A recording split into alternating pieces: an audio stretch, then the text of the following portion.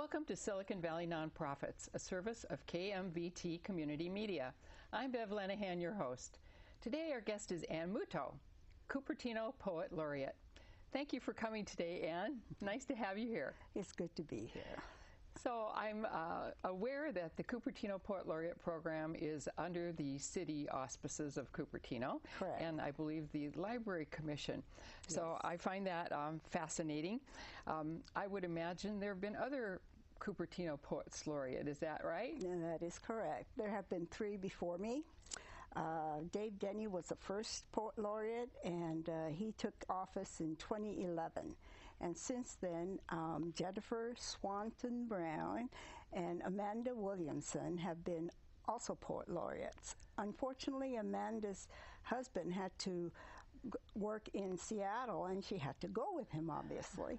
So I was able to take on the role, and I'm happy to do it. I'm sure they're happy to have you, too. I think your term goes through 2017. Is that correct? Mm-hmm. Good. Well, I know creativity is one of the important things about the Cupertino Poet Laureate program. So what is the mission, and how is that getting carried out? Well, in broad terms, it's to encourage creativity in all phases, but specifically in terms of writing and poetry. And we want to encourage people that are just on the brink of maybe doing it, and have others really broaden what they're already doing. So I know I've been writing memoirs, and I was encouraged to try one of the classes, poetry memoir, and it was a little unnerving as a new art form, but Yes. but the teaching was so comfortable that I was able to get into it and actually enjoy it and delve into some areas that I hadn't done before. So Right. I think you're onto something here to be able to do that, and it can appeal to all ages, right? And It seems to, yeah. I think that's an important piece of opening up creativity for all of us, for sure. So you have your own personal story, a memoir that has poetry's been important to you in opening up. So tell us a little bit about that story and how it happened. Yeah, well, you know, I grew up in Salinas and did the usual things, grammar school, all the way through community college. And then I went to University of California at Berkeley, where I took I can't remember what it was called, but it had something to do with minority groups, or, you know, people that were not addressed. And the instructor asked us to create our own theme and to follow it up. And so I didn't know much about, and I didn't realize I didn't know a whole lot about the background of the Japanese Americans in the United States. And when I went to interview a lawyer, he gave me this book that was titled America's Concentration Camps. It shocked me. I would think so. So I read that, and then I went home and asked my parents about it. Even then, they could not talk about it. And painful, I'm sure. So the story goes that, you know, over 100,000 Japanese and Japanese Americans were incarcerated in camps in some very remote areas, and many of them stayed there 2 to 3 years, and then they were allowed to return to California, the very last area they could go back to. But you ended up writing about that. Yes, I did. Well, first I had to find out about it. So I joined organizations that helped fill in the story. And, you know, I took part in activities that helped me to learn, but also helped the public to learn about that time in our history. And all the while, you know, I'm dealing with my own emotions, and a lot of it was anger and confusion. And then by using poetry, it helped me to really get a better handle on it in terms of it, what happened, and also my reaction to it, or my response to it, and it settled me down quite a bit. Well, there's a place to put your feelings, isn't there? Yes. You know, on that written paper, and to make it in a form that feels good to you, that really does tell the story for you. Right. And then I would imagine it's had great appeal outside of just for you, because didn't it become part of a book for you? Yes, again, one of the organizations I worked with was the Japanese American Museum of San Jose, and I was on the board there for 9 years, and along the way, you know, my friends would encourage me to share some of the poems I wrote. And but it wasn't until I left the board that Eva Yamamoto, who was in charge of the book, well, it was actually the museum store in the new building, said, "Anne, why don't you make a book of poems?" And I go, "What?"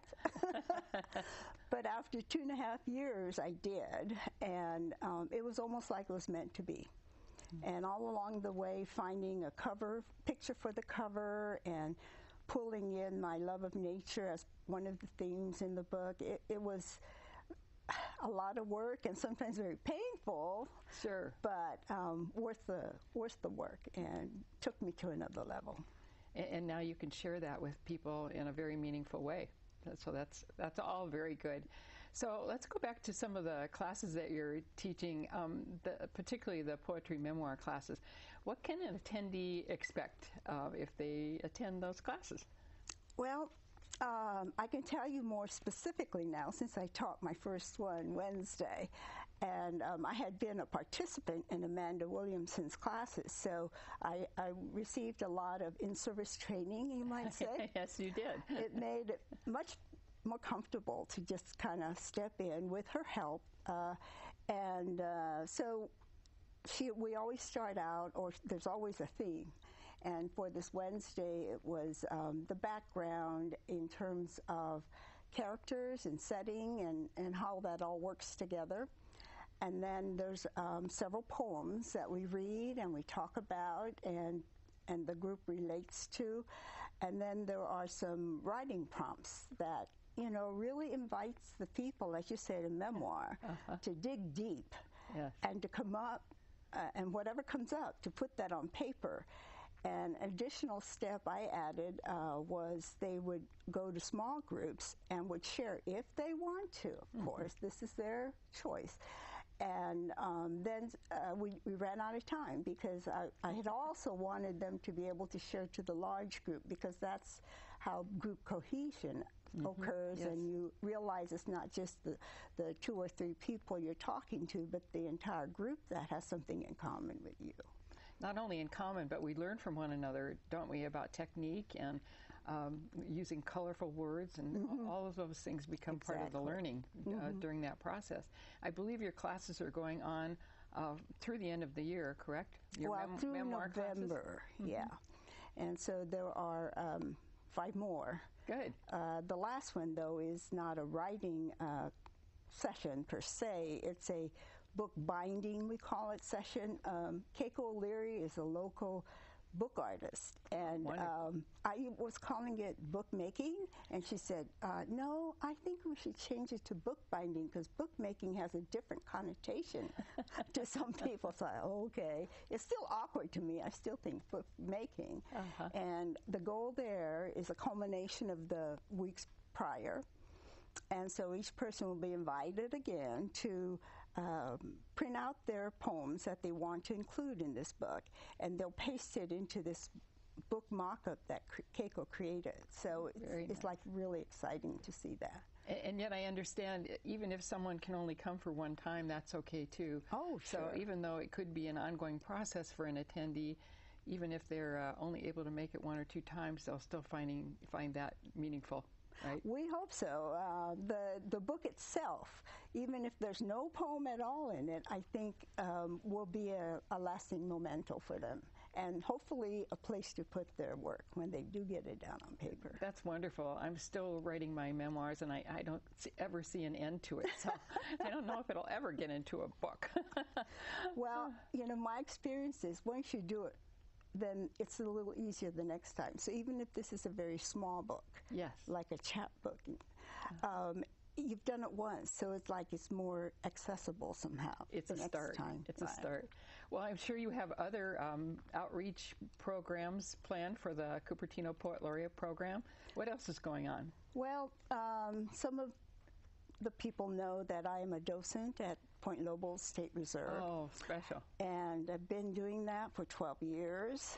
And with that community, I've become known as the poet person. And I started a poetry interest group within that community. And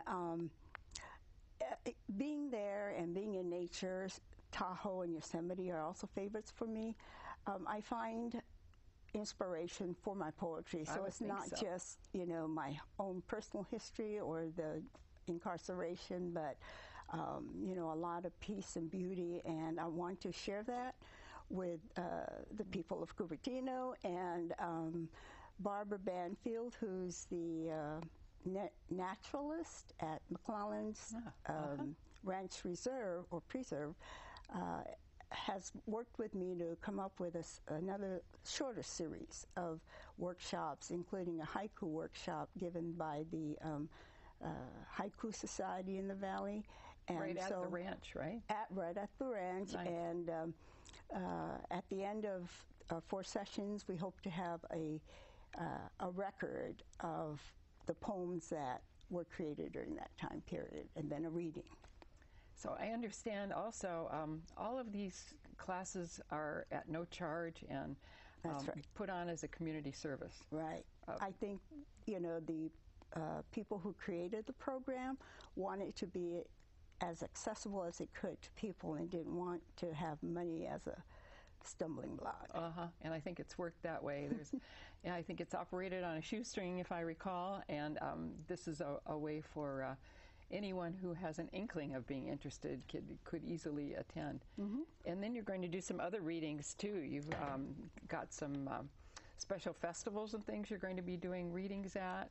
Yes, actually tomorrow at the Rotary Club's Fall Festival in Cupertino, I'll be reading a poem at the ending ceremonies, and in October, both at the library and at Memorial Park, the Diwali Festival. Oh, good.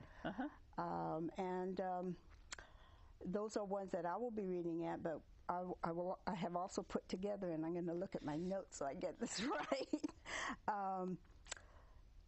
We'll have, where'd it go now? Okay, on October 13th, we'll have a reading that will include another poet laureate from San Ramon. Oh, good. Her name is Shika Malavia. She actually lived in Cupertino for a few years. Very good. And Arya Datta Majumdar, who was one of the winners of the Rotary Teen Poetry Contest. Oh, bringing them together. Very good. Right. And I'll read some of my poetry. There's also an open mic for poets that want to join in, which I hope they will. And this all takes place in the Cupertino Library storeroom. Oh, that's terrific. Wonderful. Well, last question. Okay. How do people find out about your programs? All right. Right now we have information provided through the Cupertino Scene, the Cupertino Courier. The library has been really supportive and promoted our activities. And if they want to be added to the Cupertino database, you would contact Poet Laureate at cupertino.org, and you can like us on Facebook. Wonderful. Thank you so much for being here today, Anne. It's been a pleasure to get to talk to you. Good fortune and congratulations being the Cupertino Poet Laureate. Getting used to saying that. Thank you. You're welcome.